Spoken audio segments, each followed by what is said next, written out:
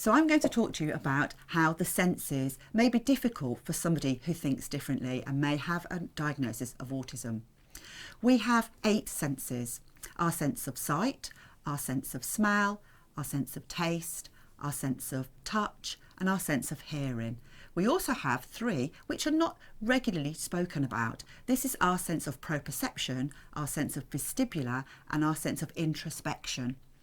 Very quickly, proprioception is our sense of knowing where our body is in relation to everything else. So for example, I could hold a piece of paper and know, without having to look at my hand, that it's to the left of me and I'm holding some paper. If my proprioception was different, because we know people on the spectrum see things and feel things differently, I may well have to keep looking at my hand to remind myself where my hand is.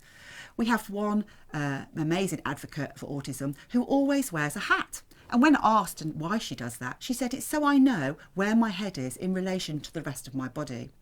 This can sometimes be seen by people having to stamp their feet as they walk along or wriggle around in their chair to remind themselves where their bottom is or where their feet are as they're in the environment.